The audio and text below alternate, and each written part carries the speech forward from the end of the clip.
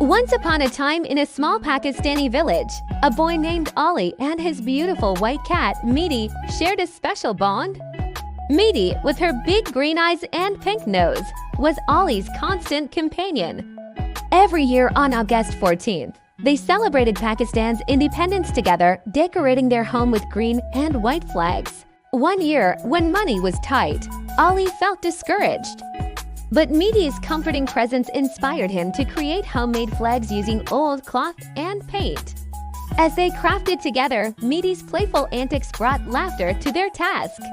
On Independence Day, Ali and Meaty stood proudly outside their home, waving their handmade flags. Their enthusiasm spread, and soon the whole street joined in the celebration. Ali realized that true patriotism comes from the heart, not from expensive decorations.